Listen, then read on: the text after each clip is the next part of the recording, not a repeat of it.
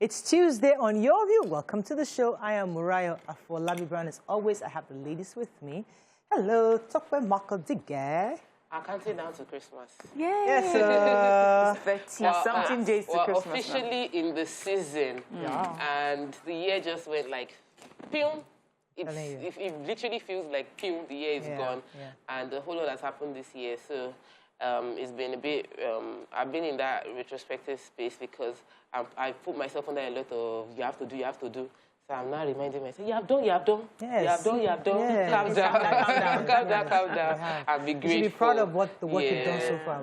And I think that sometimes it takes you going through what you've done as opposed to going through what is left for you to do in your goals. So that was yesterday for me, and a quick reminder to everybody. Wow. Yeah, Christmas season. Yeah, it's so Christmassy, right? Very Christmas. You're like, oh God. It's really shine. I went last Christmas actually. That was why I remember. How are you doing, Mariam? I'm doing fine, and I'm grateful because yesterday my help got in an accident, and I was just, usually I would have lamented, how this has happened and how so sad and why me. But I don't know, I just had this feeling of, thank God it was not worse than it was.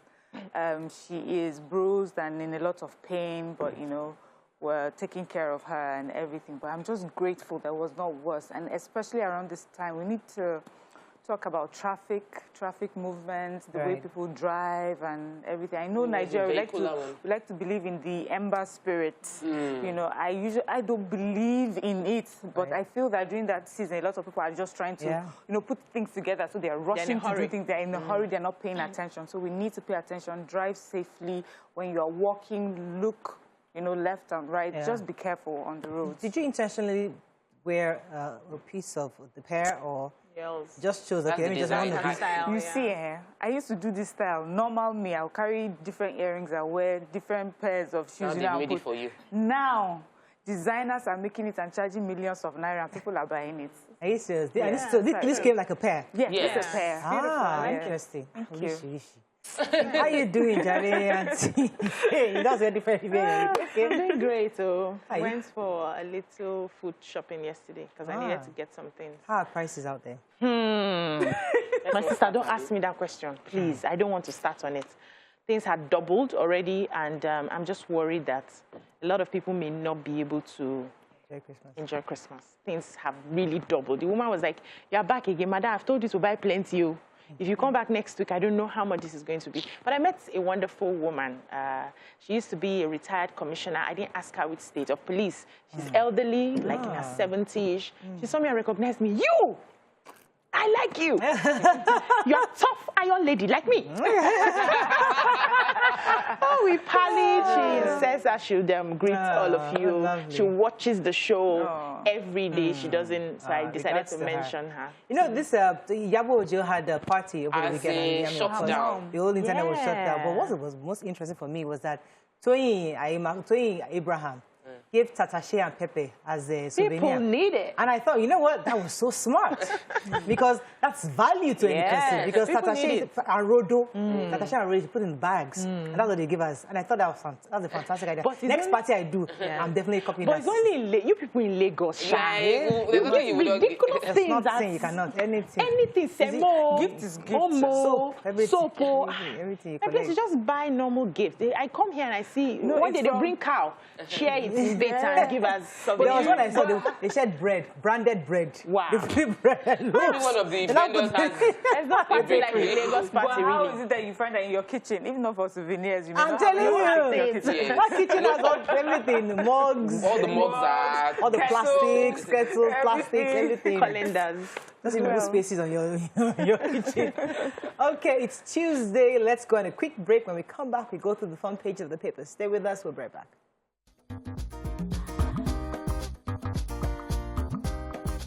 Stay tuned. Your View will be right back. Right, we're going to start with the nation. Buni, why APC can't hold national convention now? Lagos hashtag NSAS panel report controversy rages on. Honeywell flour mills in 80 billion naira merger deal. 16 billion naira hidden votes found in the Environment Ministry's budget.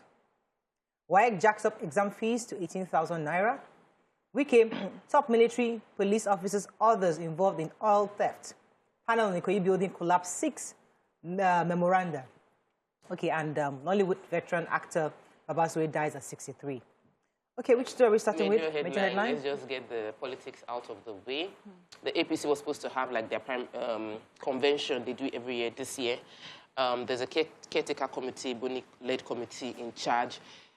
And they said based on the timeline, the remaining weeks of this year, they won't be able to hold the Congress, that there are pending protracted crises between Anambra and Zamfara states, and about a few other states still have internal issues that needs to be resolved. So they want to give time for them to resolve it. Also, a lot of Christians are preparing for Christmas, and there's a proposed election in Ekiti State. So in order to sort out all of this, the next Congress will be held by February 2022. Now, Congress is important because for every party, during the Congress is when they put the committee together, and we're edging close to our next national election. So people that are members of the party should pay attention to whatever is going on there. All right. Okay, let me take the hashtag Answer story.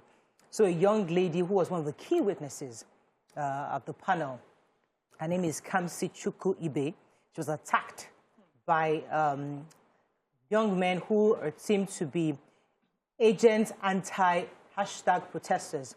That's how it was termed by her lawyer, Gulanom, who was saying that she was the enemies of the NSAS movement, and protesters launched a murderous attack and actually used a machete on her. What?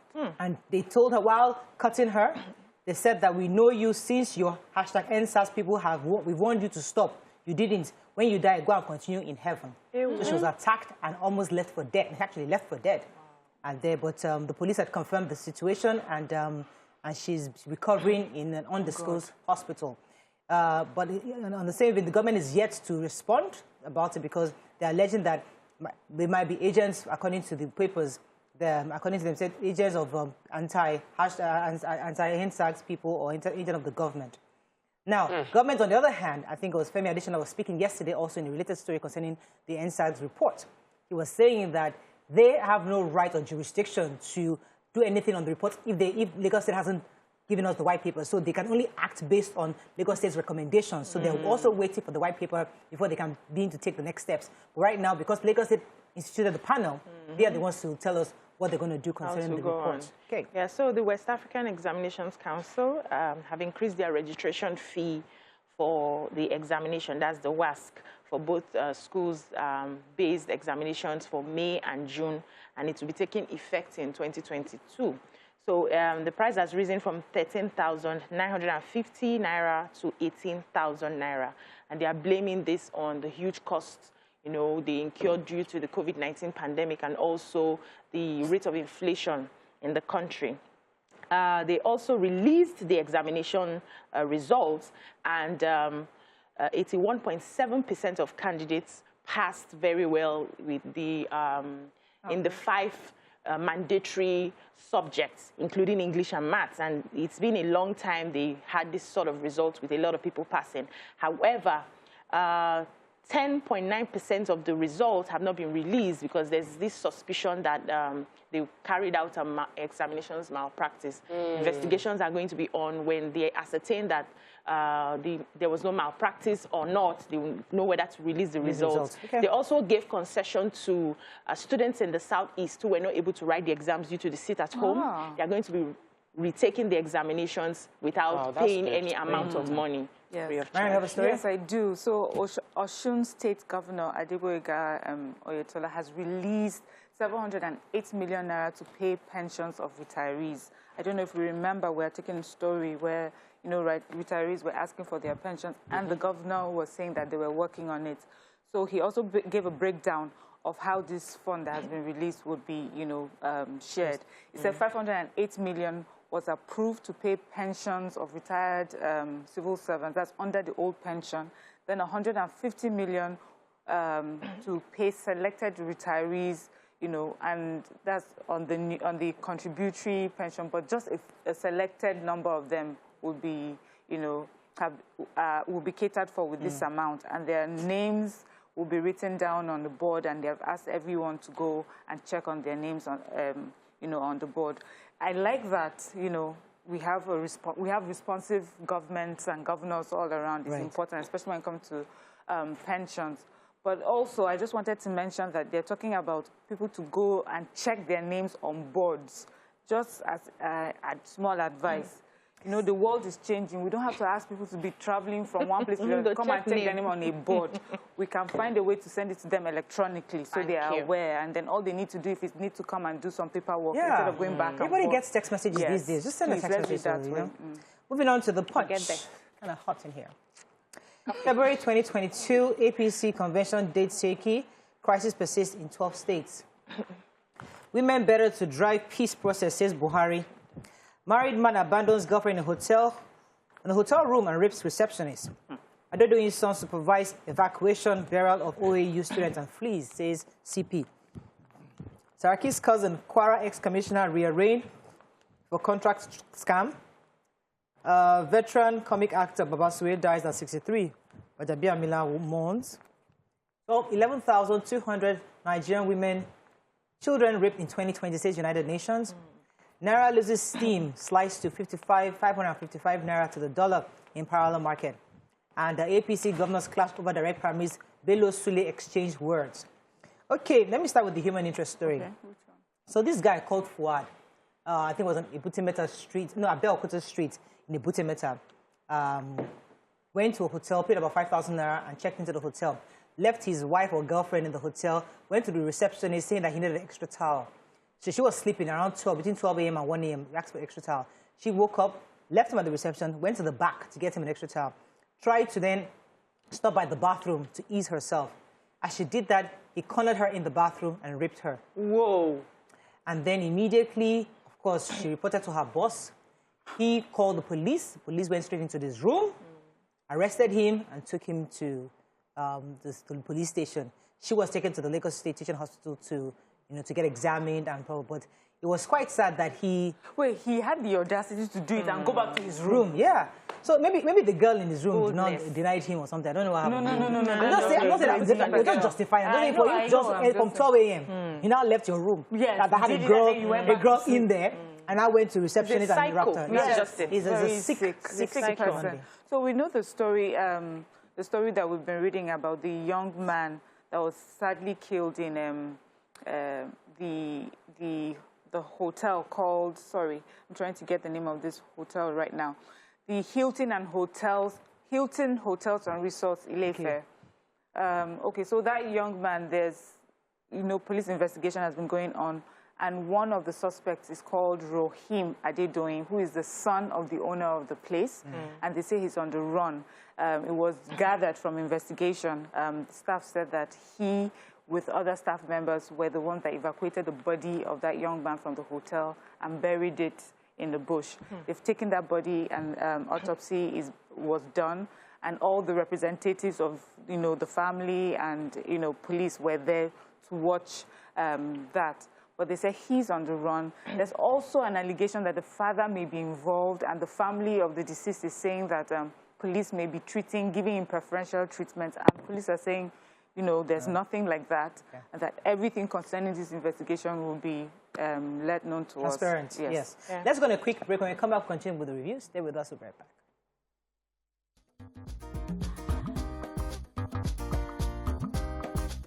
Stay tuned. Your View will be right back.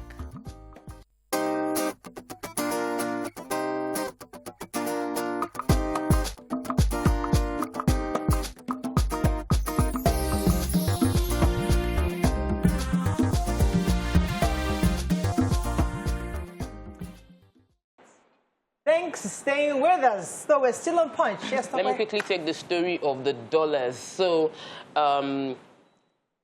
last week, there was improvement. So dollar went from whatever it was and moved to like 530 to 535. And suddenly yesterday, the report has it that dollar was selling for 550 and 555. And the reason for this is because there isn't enough dollars to meet the demand in the market. So official rate is still 415. Importers and exporters are buying for 415 to 445. The website, or the CBN website is still saying 411, but currently in the market, black market is selling for 555, 550 to even 560. Okay. And we're hoping that this season probably will have more inflow of investments. That'll be hard because Nigerians are finding it difficult to come to Nigeria these days. So I know we have to do send the money. We don't send the money. The United Nations women had a media breakfast ahead of the UN 16 days of activism against gender-based violence in Abuja yesterday, and they mentioned that 11,200 rape cases have happened in 2020, according to reports. And they went ahead to give us data saying that the 11,200 cases were reported. Some of them included children who were raped to death. They said 43.5% of female children were given out in early marriages. 18.4% suffered from female genital mutilation. 17.4% suffered from lifetime physical or secular intimate partner violence. And they've been having these 16 days of activism for decades, yet we still have a problem of gender-based violence. We need to do more to solve the issue. Okay, moving on to Daily Sun. APC picks new chair. Others, February 2022. Sitters home on Onitsha traders, residents defy Ohaneze and Anambra government, stay indoor. Oshibajo, governors Oni, Alaafin, others launched Yoruba World Center in Ibadan today. Many failed killed, injured in Rivers, 3 fire outbreaks. WAEC withholds over 170,000 results after exam fraud. What Buhari's ministers told us about Nnamdi Kanu's release, says Eziefe. And Ikoyi collapse building panel digs for facts, visits hospital and incident site. Okay, which story are we taking? Who has the sit at home? Yes, so I took yesterday that Ohaneze Ndigbo as well as IPOB are asking that the sit at home be cancelled so that the Southeast can revive their economy once again. Since their leader, Nnamdi Kanu, has also said there is no point for them to be having a sit at home. However, Anambra State, Onitsha to be precise, it was, yes, nobody came out. They were still enforcing that sit at home order, said they are not going to stop it till their leader is being released. But in Enugu, businesses were open, banks open, schools open. The only complaint they had was that a lot of customers did not come in. There were some transportation companies that had not opened, especially interstate travels, and they were not able to have customers. But they're hoping that when people see that they are beginning to open, customers will come. Aneza is also saying that we can't say, if IPOP says there is no longer sit at home, we need to fish out the people who are still enforcing sit at home. That means they have gone to something different. Yeah, they are factions, and something needs to be done about them. Yeah. All right, so the Yoruba World Center is to be commissioned and launched today in Ibadan. It's the brainchild of Chief Alao Adedayo, who is the publisher of Alaroye newspaper. And he's bringing the vice president who's going to help with commissioning. Alaafin will be there, Oni of Ife will be there, and other others will be there to commission this World Yoruba Center. And what that center is going to be like, this one-stop shop for everything about the culture, the language, the tradition, the history, the new, the old. It's also be digital. And the idea is have that place where the Yoruba culture and people can have is preserved and built upon. I remember reading Alaroye. I think it's a really good one because Alaroye was the foremost Yoruba newspaper. The entire newspaper is in Yoruba, and it was a way of me feeling myself like I can read Yoruba. Something happened in Imo State, sad story, specifically in the Oru East local government area of Imo State. They said someone in the village attacked and killed a soldier, and there was a reprisal. That they went back, the eyewitness said that they went back to their barracks and they regrouped and invaded the town. That they burnt down houses in the village, burnt down hotels and cars. The police didn't confirm the incidents, but they tried reaching out to the 34 Artillery Brigade Command, Obinze, in Owerri, that Sunday, Akago, and that they called several times and the man didn't pick his call. Said people have deserted the town because they are scared of what else might happen. Okay. It's really sad. Really sad indeed. Okay, moving on to Vanguard. #NSAS, I was attacked, caught like a thief, says witness. Kanu's release opera as ACF scribe insists on due process. 21-story building collapse. Why we're not open to public. Restructuring can't solve Nigeria's problem, says YCE. Popular actor Babasue dies at 63. And why all bunkering can't stop Wike Buhari okays APC National Convention for February 22. And Ondo Varsity shut as students protest no school fees, no exam policy. Okay, I have too many stories there. Right. So let me just quickly take the restructuring story. So the Secretary General of the Yoruba Council of Elders, his name is Dr. Kunle Olajide, spoke and said that we should get a new constitution that is not anything that is difficult, that we are in a democracy, let the executive and send bills to the National Assembly for imputing referendum into our constitution. A referendum is not the constitution we are operating. It's not in the constitution we are operating, and that's the issue. He also mentioned how restructuring is not the only solution to our problem, that there are many issues. Emphasis should be placed on getting people's constitution that carries what people want, and that we're made up of different tribes and different histories, different backgrounds. Therefore, we must all sit together as individual nations, the Igbo nation, Yoruba nation, Fulani nation, Kanuri nation, Ijaw nation, and so on, and let us sit down and agree on how we are going to live together going forward, and it is not just by restructuring. Okay, any other stories in Vanguard? Oh, plenty. Yeah, so I have a story. Management of the Adekunle Adjacent University, Akoko in Ondo State, shut down the institution yesterday because there was a strike by the students over the no school fees, no examination policy that was given by the management.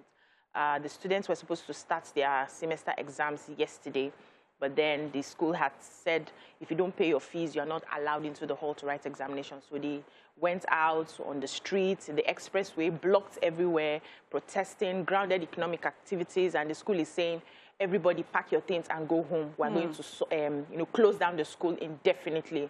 However, the spokesperson to the school has come out to say that the policy has already been reversed, but we don't know if the school will be open for students to write the examination. Let me quickly take you some wicked stories. So the governor was receiving the chief of air staff, Air Marshal Isiaka Amao, at the State House yesterday, and the governor said that the issue of bunkering is not going to end, and because the issue of bunkering in Nigeria involves every important person.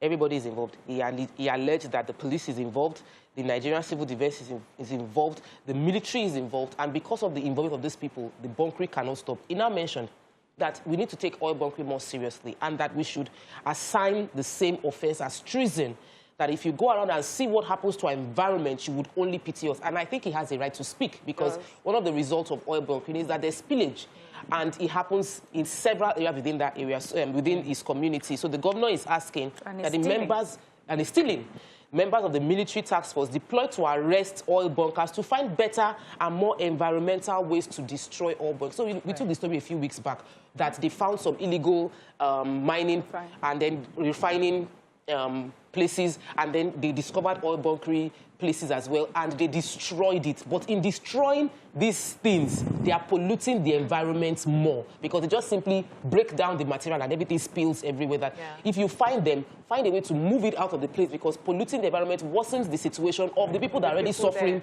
in those areas already. All right, so we have to wrap up, but the panel that was set up by the governor of Lagos State on the 21-story building, headed by Mr. Toyin, they actually did a media conference just to keep us abreast of what they're doing. So far, they said investigation started, I think, November 4th, Thursday, and that they've interviewed quite a number of people in the MDAs across the government, and that they would only speak when they have results. So they're asking that members of the public to send a memorandum if you have information is necessary that will help to facilitate the investigation. They'll be happy, and they said they also like to they would like to speak when investigations have been made, reports documented, documents submitted, queried, analyzed, and discussions held with relevant stakeholders before they come to the public for feedback.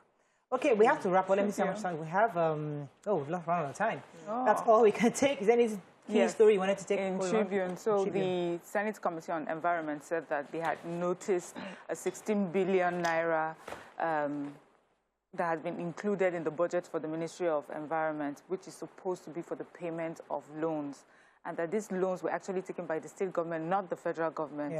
And this is the second time, because they said the year before too, another 6 billion was found a way to be tucked in to their budget.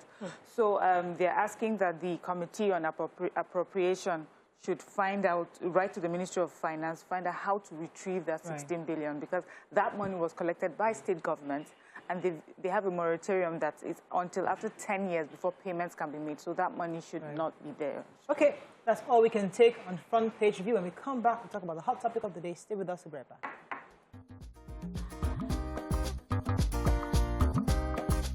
Stay tuned. Your View will be right back.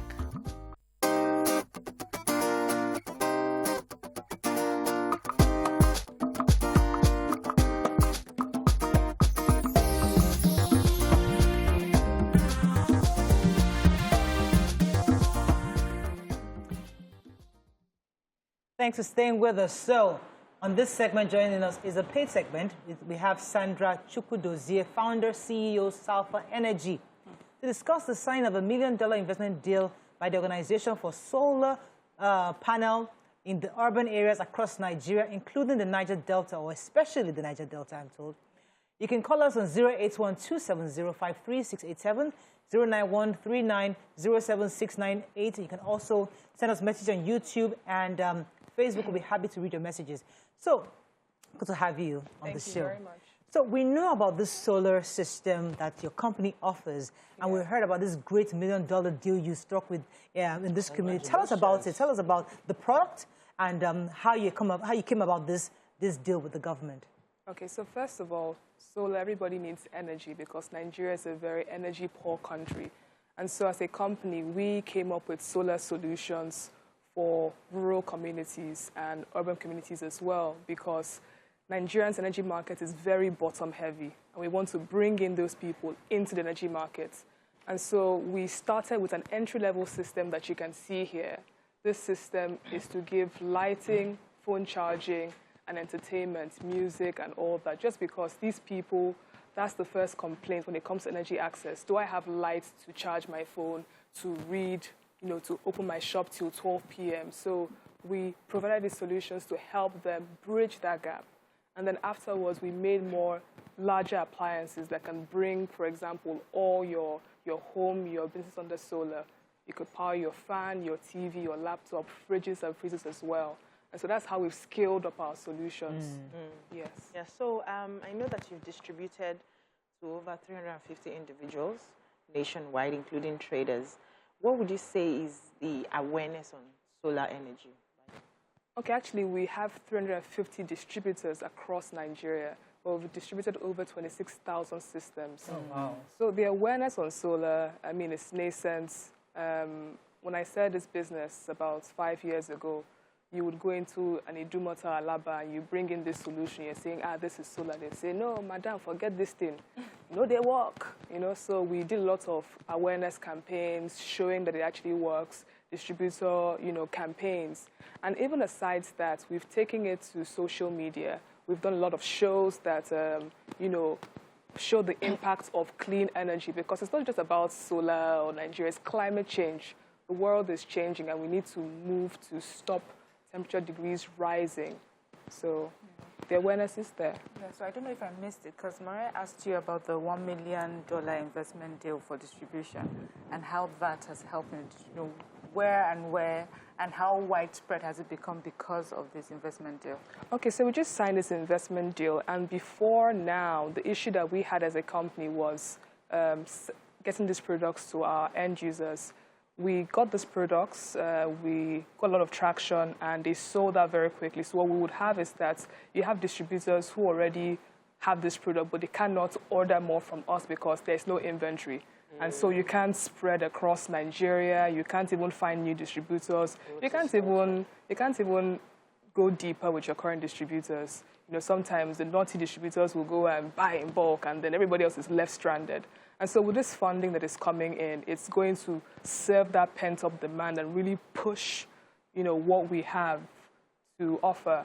But the most important thing is that Salfa's mission is about reaching the furthest behind. And you see those people in Niger Delta areas because they stand the most to gain and the most to lose from energy access. And so apart from that, as a company, we're also focused on growing Nigeria's talent. We're looking for young, bright indigenous people who are willing to crack these energy problems. And so we want women, men, to come and join us. We call ourselves alphas on the move. We aspire to break ground. And apart from that, we're also keen into national initiatives. I mean, the World Bank has a Nigeria Electrification Fund that is geared towards selling these solutions across Nigeria, and then once they are verified, you have something called a results-based financing. So yes. I'm honestly excited for you. Thank you. Like, yes. I'm a woman, and I'm sure many people watching are inspired by what you're daring to do. Yeah. We don't have enough women leading the energy space. We don't have enough women using. So tell us a bit about your professional background. Like, what brought you into this?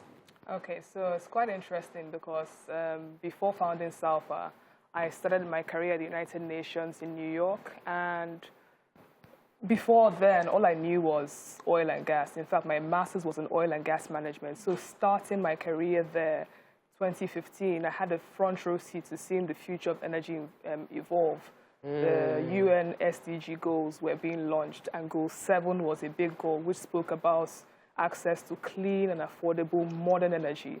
And so that really inspired me. I was just thinking, because, I mean, you just see oil and gas, okay, that's what we do, we export it, but it gave more meaning that we had to reach those who are furthest behind, you know, and then the whole purpose was for humanity, for people, planet, and prosperity.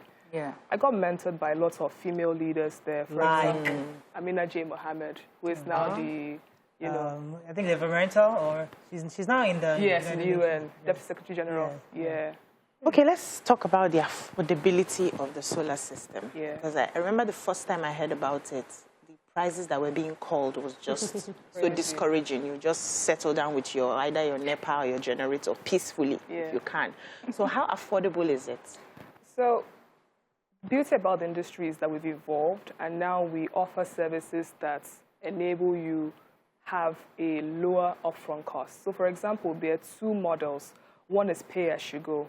And what that means is that if the system here costs 30,000 Naira, which it does, we would break down that payment over a 6 months or 3 months period. So it could be 10,000. And what that does is that you're able to afford it. Okay. That's on this entry-level system. Now, when it comes to rooftop solar to power a house that has, you know, freezers and fridges, there's something called power as a service, and that replicates the NEPA model. And so what you do, so the company would install the system, and then they will give you a tariff, which you would pay every month. And so with these models, it's become more affordable. Fantastic. So now, this is obviously a great product for rural areas, especially because, as you said, one of the primary concerns is that they never have electricity to place orders.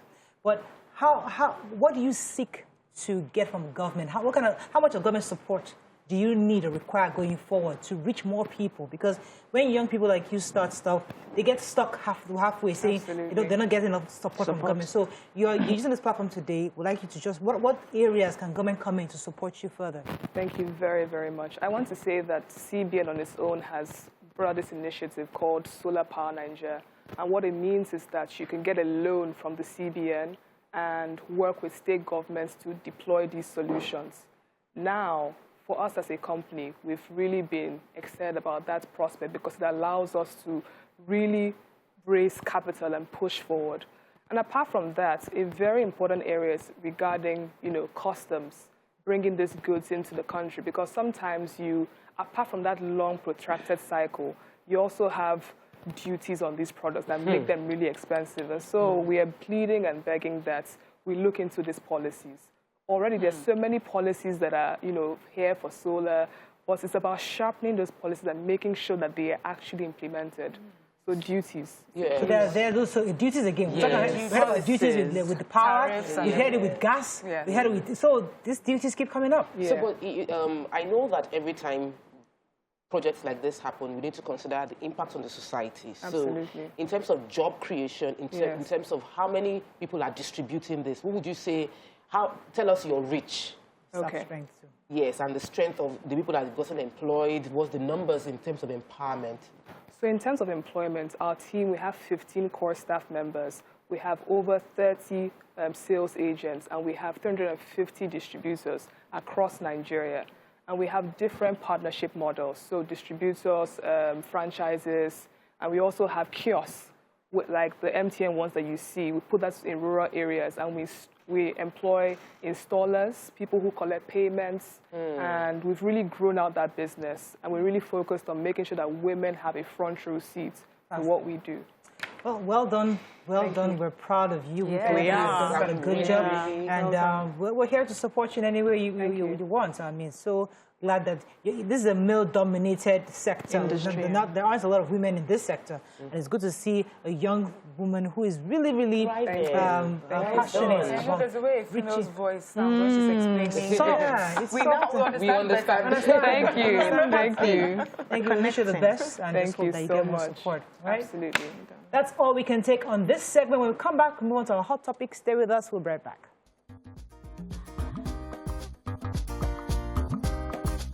Stay tuned. Your View will be right back.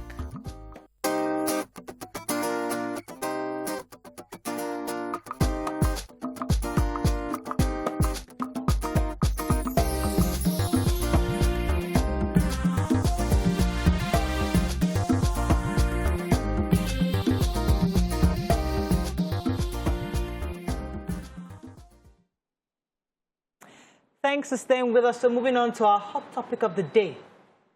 Today's report, the United Nations Women on Monday said a total of 11,200 rape cases, including children, were reported to have happened in Nigeria.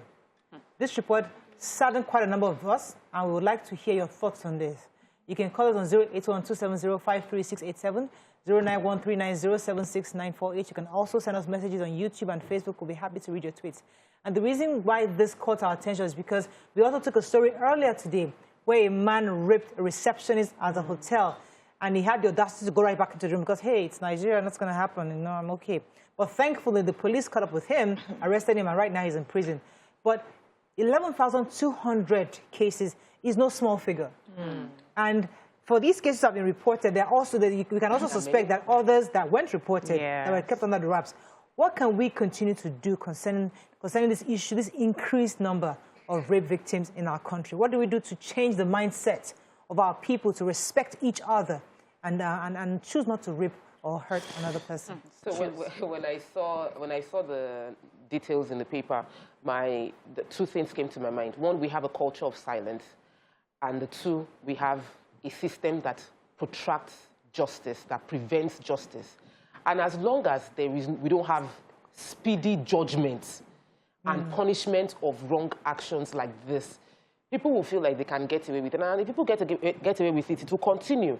So, one, we need to increase awareness and keep talking about it so that the culture of silence dies out. And at no point should anybody feel like you can rape and get away with it, because the story of what happened in that hotel that we took in papers today is just so annoying. And many people feel that if I like you and you don't agree, I can still just have my way with you, and you'll be too ashamed to talk about it, or you would be too you'll be blamed for it. You'll be blamed for it. That what did she wear? Or the doctor, you get to the police station and they'll say, this matter, maybe you are okay. Maybe you survived. Just thank God that you are okay and move on. So forgive. There are many systems that support the growth of these numbers, and those are the systems we need to attack. Thankfully, in Lagos, there's a whole lot being done, but Lagos is not Nigeria. There are many more states in this country that need to embrace a culture and a system in place that would prevent these things from happening. Let me come to you. Bisi, what are your thoughts when you read this article?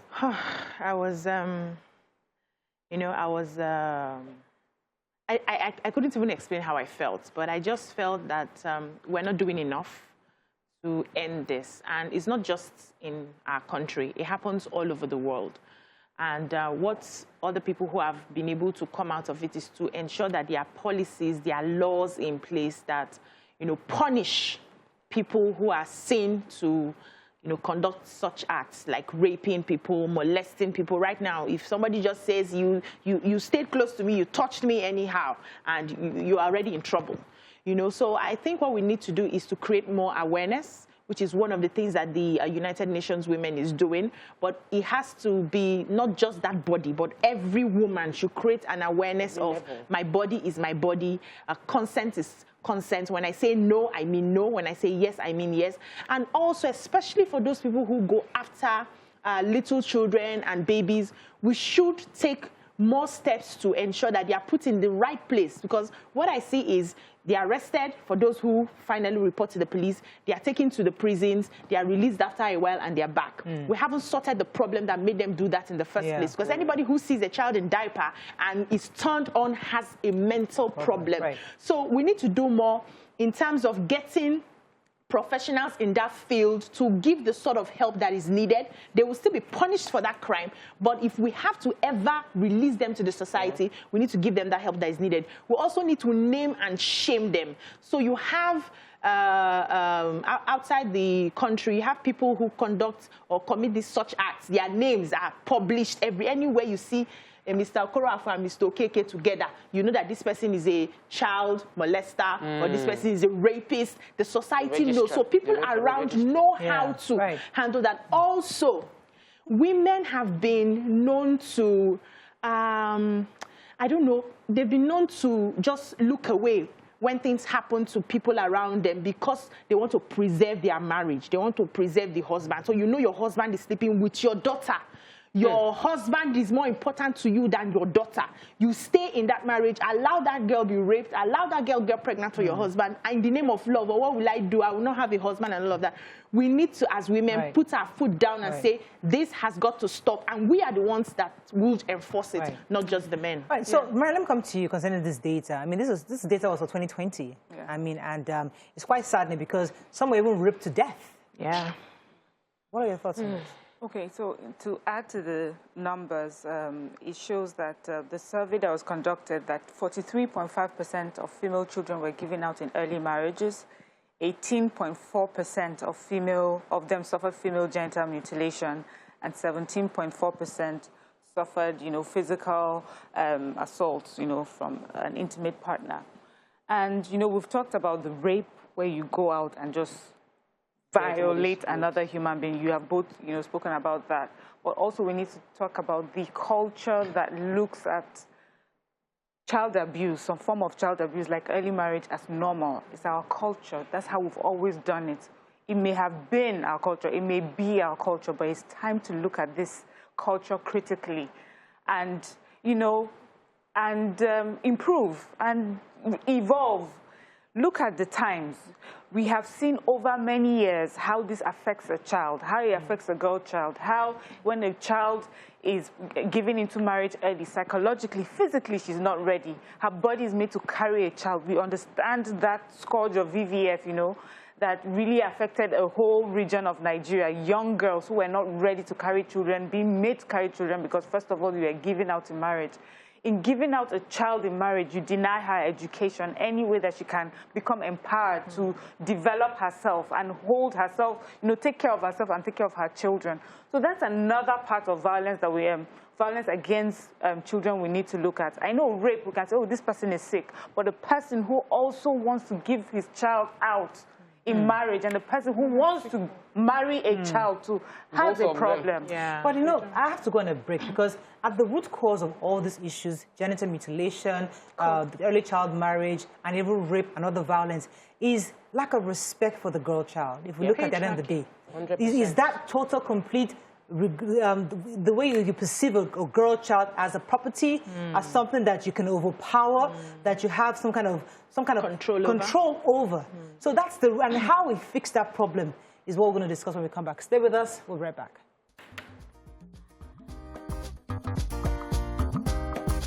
Stay tuned. Your View will be right back.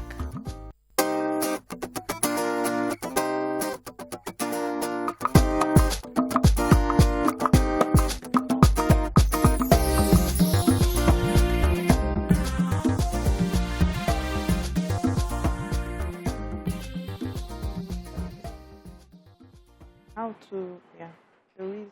Thanks for staying with us. So, before the break, I asked the question. Mara, would you like to take a shot at the question? Yes, you were saying that how this may be really as a result of patriarchy, how we view women here. And I also feel really, too, in our culture, there's a cultural disrespect for the woman. First of all, you are outside. If you do, I get your type for house. You dare not speak up, where some men are. You are not allowed to voice out how you truly feel about anything unless you're given permission to by a man. You know, sometimes we hear people, they cannot chase their dreams and be who they want to be because the man in their life or the men in their lives would not find it comfortable.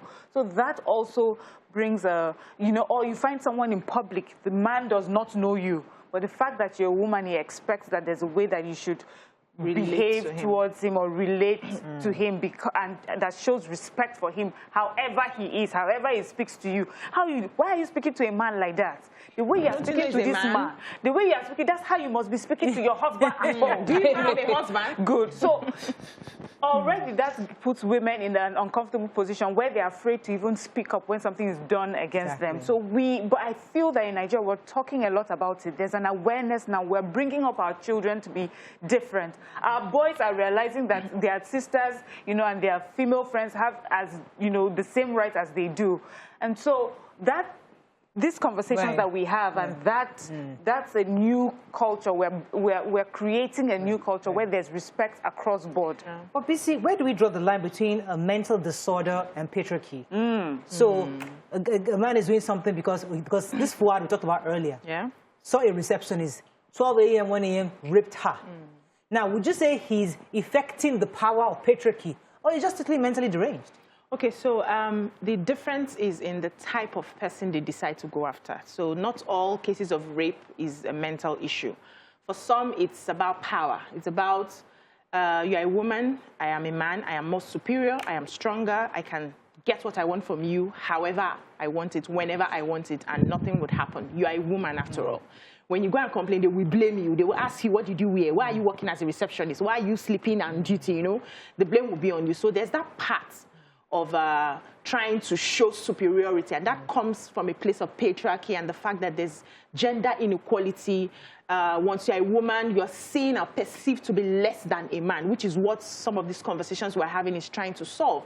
But the part of the mental derangement is things that are naturally not supposed to even excite you begins to excite you. So you see a baby in diaper, like the baby is not sexy, looking sexy or anything. The baby is just in diaper. You see a 2-year-old, a 3-year-old, their body hasn't even formed. There is nothing to touch, nothing to press, and all you can think of is having intimacy with that child.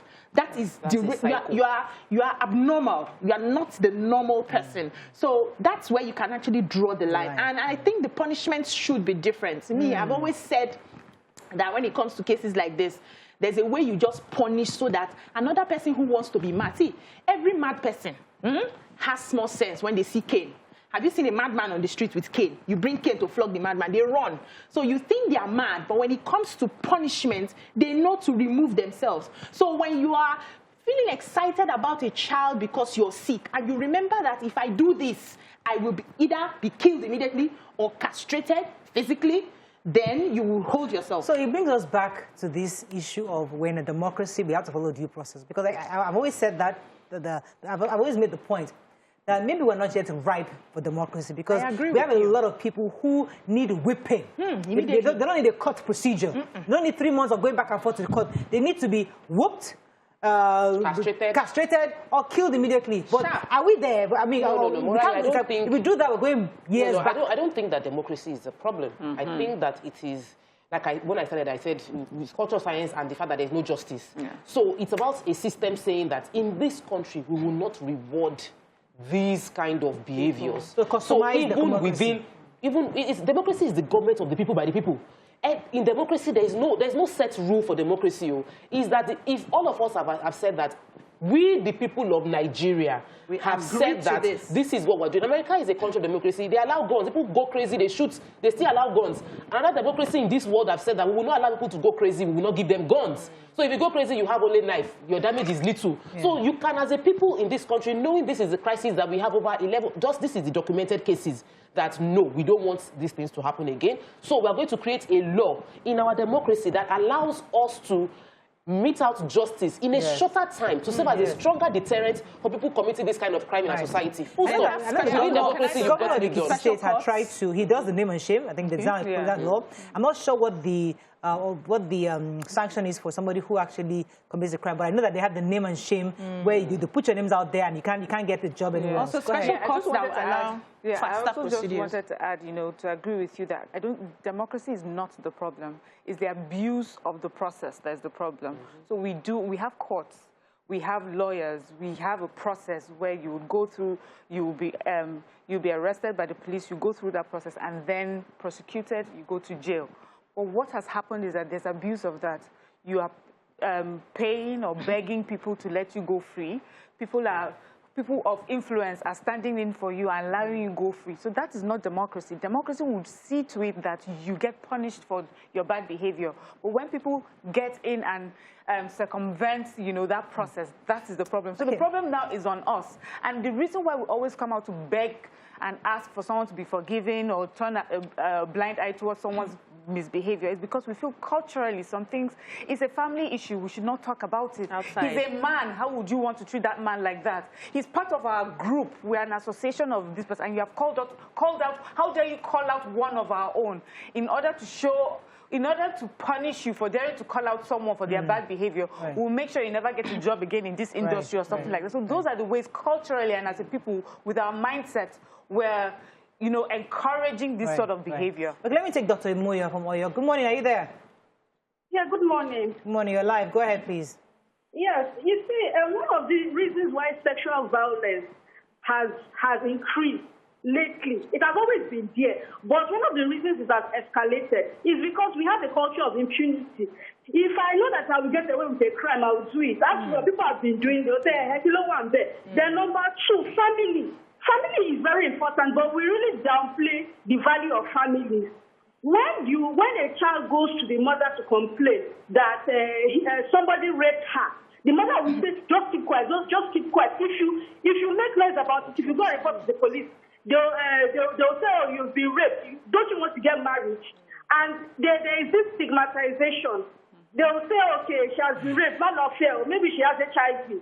Maybe she has STDs or things like that. So we have a culture that enables rape with the continuous rape allegations. So I think this issue has to do with more of culture and family-related. All right. Thank you very much, Dr. Moy. See, the point I was trying to make earlier was the fact that the democracies that we admire today, at some point, were hanging criminals. Yes. They will hang the criminals. There was some point where they had firing squad. They also had death penalty. Yeah. But because after people begin to get adjusted to the fact that, okay, this would happen if I do this, gradually the new generation of people coming into they're giving birth to a new generation realize, okay, this is how we do things in this world. So we are just waking up to the new democracy where there's some stringent measures we need to take to get to that point where we know that, okay, we are a new generation of Nigerians who play by the rules. Yeah. But this is what Nigerians that we're seeing today. They don't know what rules are. They don't care. There's impunity. So you need some stringent measures to get everybody to align. I agree with you, Mariah. And also the fact that we have not been allowed to progress at our own pace. Yes. So if we had progressed at our own pace, we would have adopted some of those stringent measures. And as people are beginning to adjust, we now relax them. Yes. But now you just releasing, children out in an open playground. You didn't put any restrictions for cars or anything, and then you just let them run away, and everybody's struggling to survive and all of that. But I wanted to talk about our prison system, which is lacking in this regard. We don't have places where these sort of people are being properly helped to solve their issues so that when they are finally released into the society, they don't have a problem. We also have a major problem of drugs. If you see the people that carry out most of these acts are under the influence. We see young people who take all manner of things, and when you're consistently high, what else are you looking for? You will see a baby, and the baby will turn to an adult in your eyes. So if we can, and I like what the NDLEA is doing right now, if you can solve the issue of drugs, we may have a reduction in some of these rape cases. Okay, we have to wrap up on this, but I think, on a nutshell, it's a conversation we're going to keep having, and what we need are just, yes, you catch them, but what happened afterwards? I think that's the real question. Are they being rehabilitated? Are they being they're not being castrated, but do we still allow settle out of court? Because some of these guys are released back into society. Do we allow settle out of court? Yeah, so it's the measures, and that's why the lawmakers have tried to get the gender equality bill. I know it has passed second reading, but we need this bill to be passed into law, so that people who are raped or who are going through sexual violence can get real justice. Let's go on a break. When we come back, we'll move on to other topics. Stay with us. We'll be right back.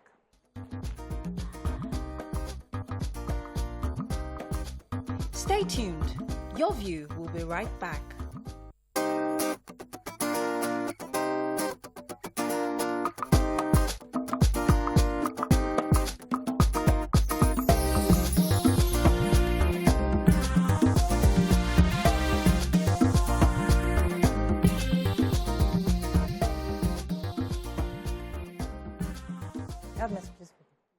All right, thanks for staying with us. So before we move on to our next topic, I know we had some comments for the rape case we talked about earlier. Go ahead, Mariam. So Black Diamond says, I think religion has done a lot of harm in this matter than any other cause. Bilkey says, the hush-hush culture needs to be discarded. The victims are castigated while the perpetrator is protected. Anyone caught should be allowed to face the law, family ties irrespective. The society needs to stop protecting criminals. A rapist is a criminal. Someone says also for an all-encompassing discourse, boys too should be allowed to speak up and not shut down. A lot of men now in their adult years were abused as kids and they're still living the trauma of silence. Children, gender irrespective, need protection.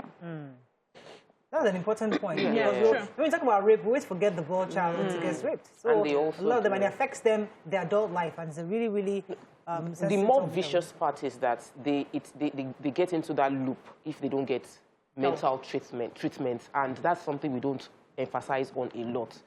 That if somebody has survived this evil, they should, or experience this evil, they should get mental treatment, because most men that perpetrate rape tend to be ones that also received it.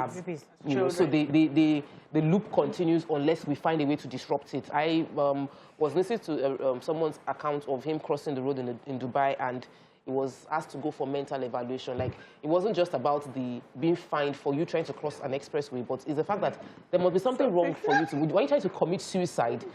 And so the same thing, we must just, when we see people do some things, we should have like a system of... everybody's mad in Lagos. You know, we should definitely check what is going on in people's minds regularly so that we can reduce it. And I also wonder, we have like psychologists, people study psychology in university, people write theses of psychology, like what's the research done? Because they end up in the banks. Yes, they end up getting any job to survive. But there are many people that their entire life abroad is to research the reason people do the things they do, understand how to now hack the mindset to produce the results they desire in their society. And we need to start having such level of study here that this 11,000 people, let me do my thesis. I'm going to go to the court, to all the, I'm going to get funding. They go to all prisons and interview every rape convict to understand why did you do what you did. Do you have remorse? What's going on in your mind? And they come up with a new solution on how we can deal with it, but we are hungry. Just like the HIV guy in Nigeria. Yes.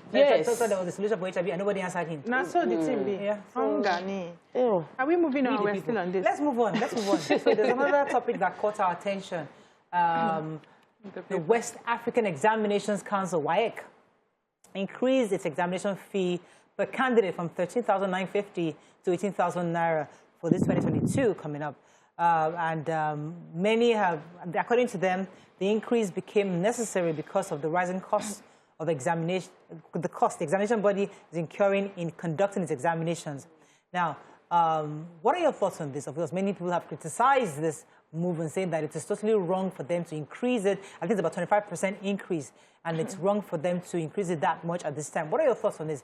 I'd like to hear your thoughts. You can call us on 081-270-53687 and also 09139076948. You can also send us messages on YouTube. We'll be happy to read your messages.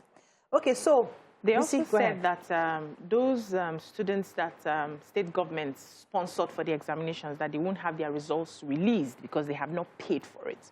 So the state governments are even owing, you know, this examination council. It's in the report, I read it.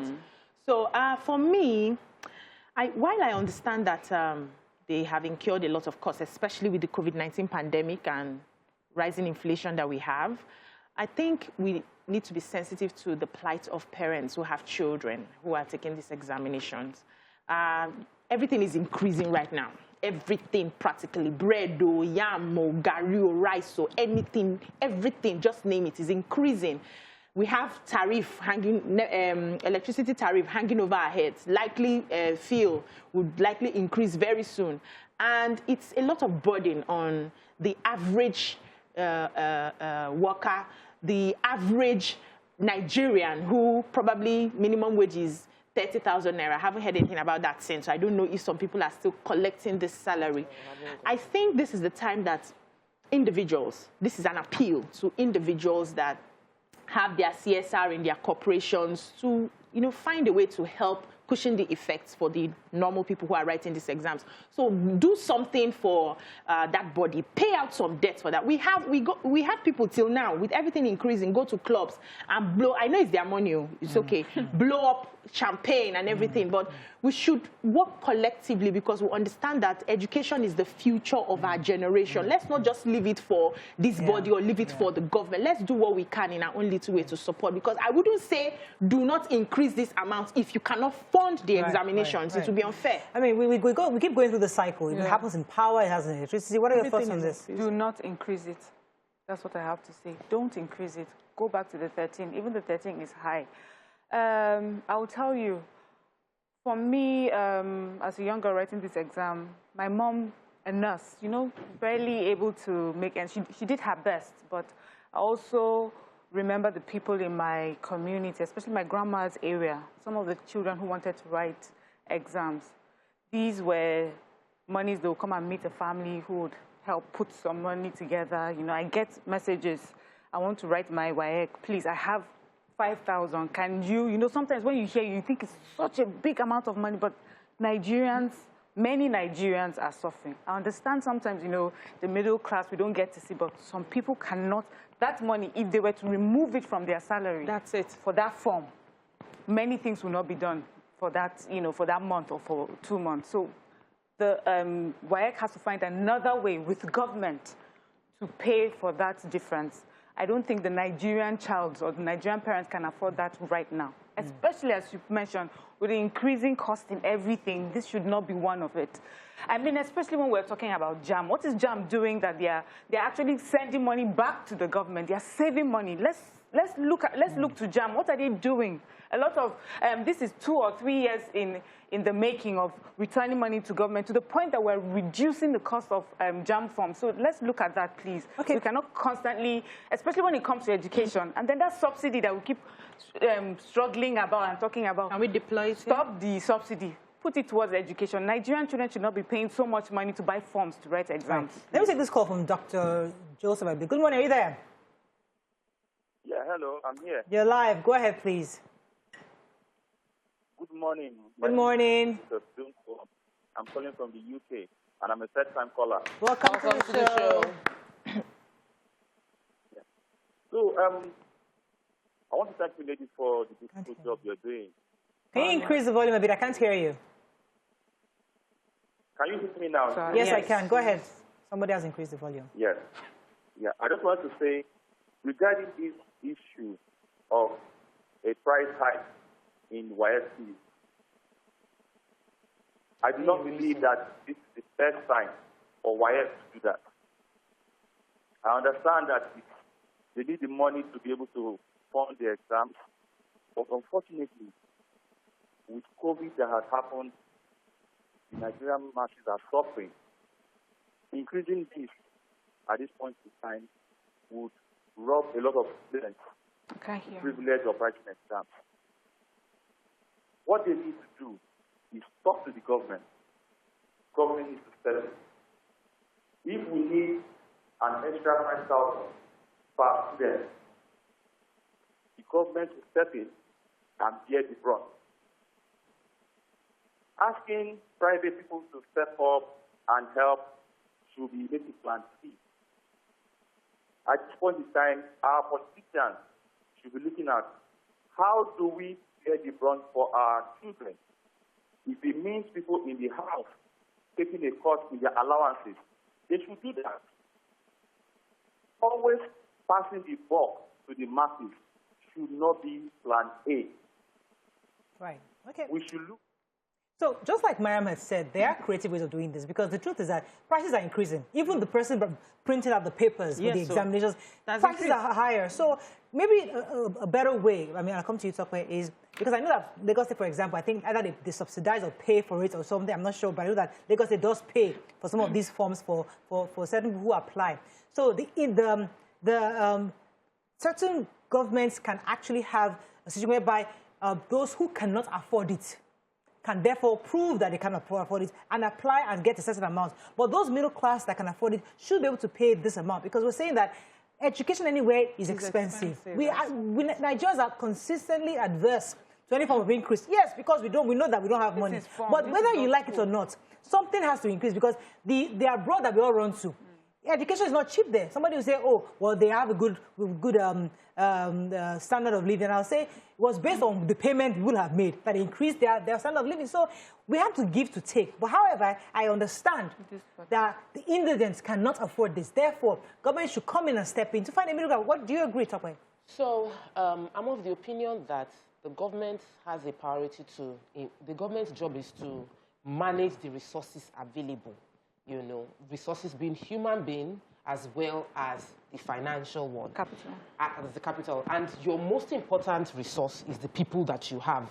Because the only way government makes money, the only way the government should make money is from taxes. And the only way people will pay taxes is if they are earning well and if the economy is working. And then if you take it down, chunk it to the most basic form, education. An educated, enlightened mind will solve the problems you are facing. Education is very important, to which we should be emphasizing on government, putting more money into providing basic education. So I have decided that since it's like they don't know what to do, that I will provide some advice that can help out. Come back, you give us some advice. Stay with us right back.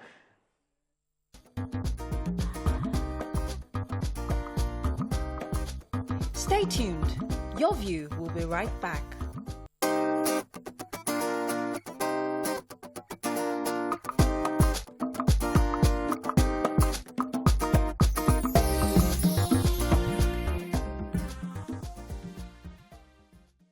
Thanks for staying with us. We're still discussing WAEC. Talk about what are your thoughts on this increase? So I was going to propose solution to on ways we can go about it.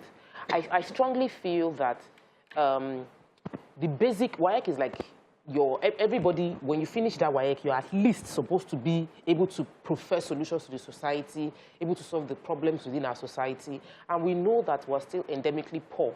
So my solution would be that the government should provide free, the WAEC should be heavily subsidized, but for your first exam, so that we are filtering, we get the best, you prepare. We'll go, yeah. This is the best of your only opportunity to do this WAEC free. Okay. Dude, if you pass, you go. It's not perpetually free for everybody that is writing it 5-6 times. And also, we need to incentivize the people that are going through this educational system, because we know that every time we don't provide a solution to properly use the hands we have, they fall into crime. When you see them hanging around, they are human beings. They are like us. They just do not have the opportunities that we had. The government's job is to provide the opportunities for them. Now, many comments on Facebook is saying that this WAEC also needs to pay their staff salary. COVID happens to everybody.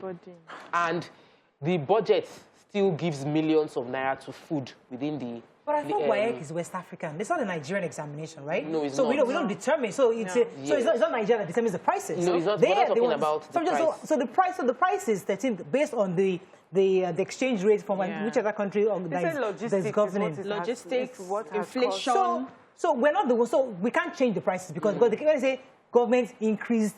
WAEC. It's not us. It's WAEC that increased the price. Because we were so quick to say government increased. Because we want to, yes, so WAEC increased. Now, are we not asking government to subsidize? You're proposing a solution that they should pay for the first examination. So okay. I didn't... you have a call? Go ahead. Okay, so... I think I have a call. You're right. Charles, sorry, not Bino. Charles, are you there? Yes. You're live. Go ahead, please. Okay, good morning, ladies. Morning. Morning.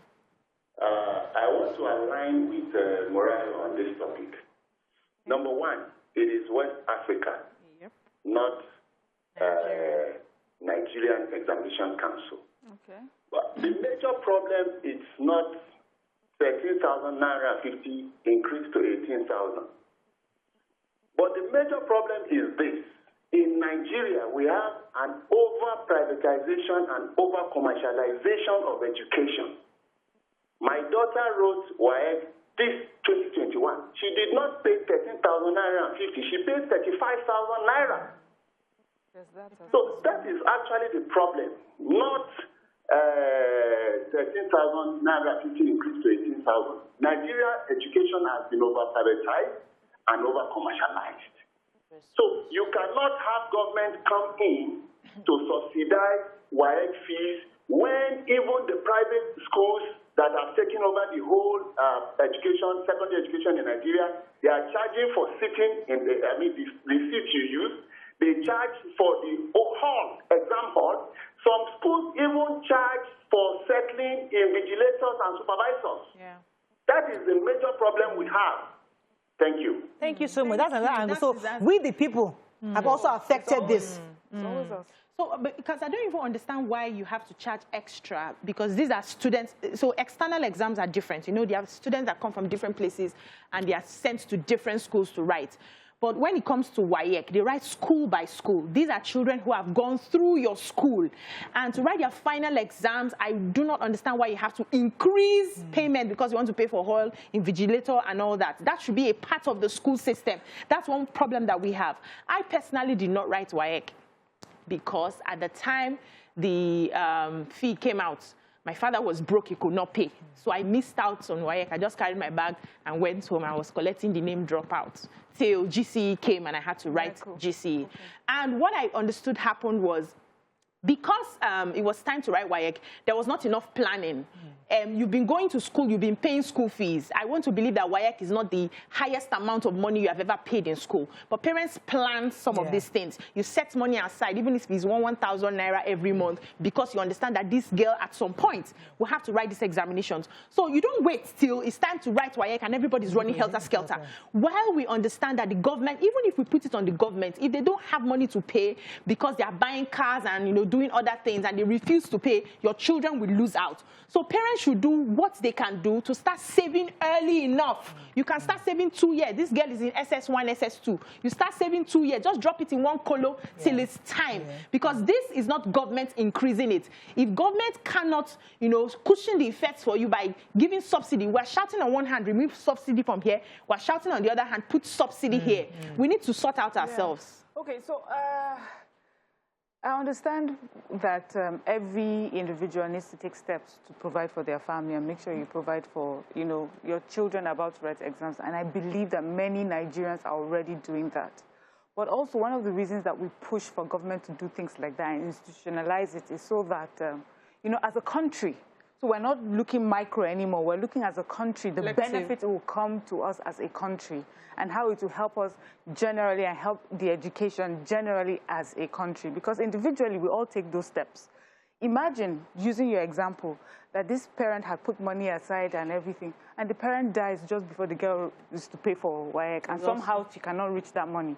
You want that a child like that, a disadvantaged child like that, can rely on the institution to make sure that she gets to buy her form and write her exam. So that's what we're talking about. We already know. People do, Nigerian women, you know them now, we do all these asusu, we bring money together. My daughter's about to write exam, please, I'm collecting this month. We already do that. So Nigerians, are that way. We are now asking the government, institutionalize this creativity, find ways to provide a fund that children can reach, parents can reach to pay for things like that.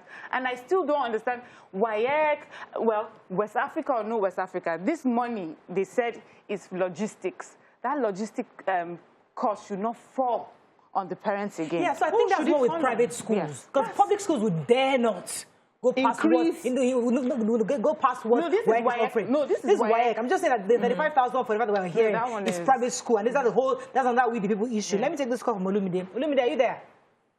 Yeah, I'm here. You're live. Go ahead, please. Yeah, morning, ladies. I would like to speak on this issue about WAEC increasing their fee. I think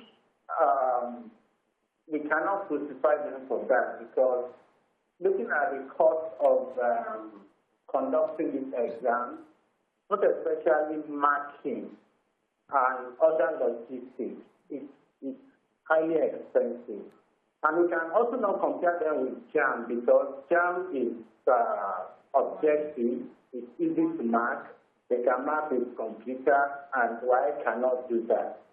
But generally, I think education is underfunded in Nigeria and government needs to pay attention.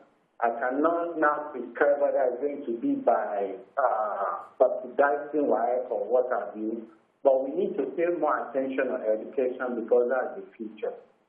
Thank you. It's interesting how Nigerians, when it comes to WAEC and stuff, this kind of examinations, we raise an alarm. But when SAT says I've increased my salary from $100 to $500, families are going to find out how to take money. Yes, or the GMAT, yes, they will find that funding to write those exams. I'm just telling you that you have to, wait, I'm saying this is an exam you have to write to enter university. For US, it's SAT. For, you know, UK, what's the one they write, the A-levels or O-levels they write for UK. The point I'm trying to make is that they increase their prices. So WAEC also is West African. But when we have that increase, we complain. But if it's a foreign company or foreign country that increases, we'll just we'll tax all the family members and their great and their grandparents to pay that money. If that education throughout was free and then they increase the forms that you have to buy, it sort of makes up for it. Do you understand? Most of the schools, most of the schools there is Nigerian schools. Public schools, are they not free? Public schools. Secondary schools. Yeah, are they not free? I'm asking. Me, I know private, but me, I know that basic education is free. Secondary school, I'm not sure, but I don't think you pay that much. You don't pay that much either. So it's planning. You know why I'm saying it's planning? So we still need to, we understand the sort of government we have till we sort that problem. We can't just sit down and wait for them. Yes. You will lose out. Simple. So plan yourself. We still buy, even the very poorest of people still buy a shwebi when a wedding is going on. Exactly. They still collect borrow money from family members to plan. No, Nigeria. This is Nigeria. I'm telling you from experience, and I know what I'm saying. So those that don't, let's defend. Those that don't, they therefore must rely on the government. The government must step in and have that system in place. Exactly. And also private individuals who can support should please support. End the conversation. Thank you very much. On that note, that's all we can take. Yes, do you have any tweets for us or messages? Any messages? I have 1 more minute. Any more messages on Facebook? Anybody giving us solutions on Facebook? Okay. So, BC note, WAEC officials are also parents. They are just, It's unfortunate that WAEC workers are demanding more pay for services rendered. COVID happened to them as well. Okay, let's wrap up. Okay, Bilkis, I have. Bilkis says, if we are conflicted about NECO and WAEC, learners should be allowed to pick either if they have no use for WAEC. Things they happen. Don't be surprised if you find an orphan in the category of those people who are not able to pay for WAEC, or a child under the care of guardians, not biological parents. In an ideal situation, what you suggested would be a good way to go. Save ahead. We have to wrap up. But I think the real crux of the problem is the private schools who actually bill these parents between 35,000. That's a whole topic for another day. We have to focus on that because who regulates these private schools that actually can increase the prices of WAEC to as much as 45,000? I'm seeing in my messages. That's all we can take. When we come back, we'll see you tomorrow. Bye for now.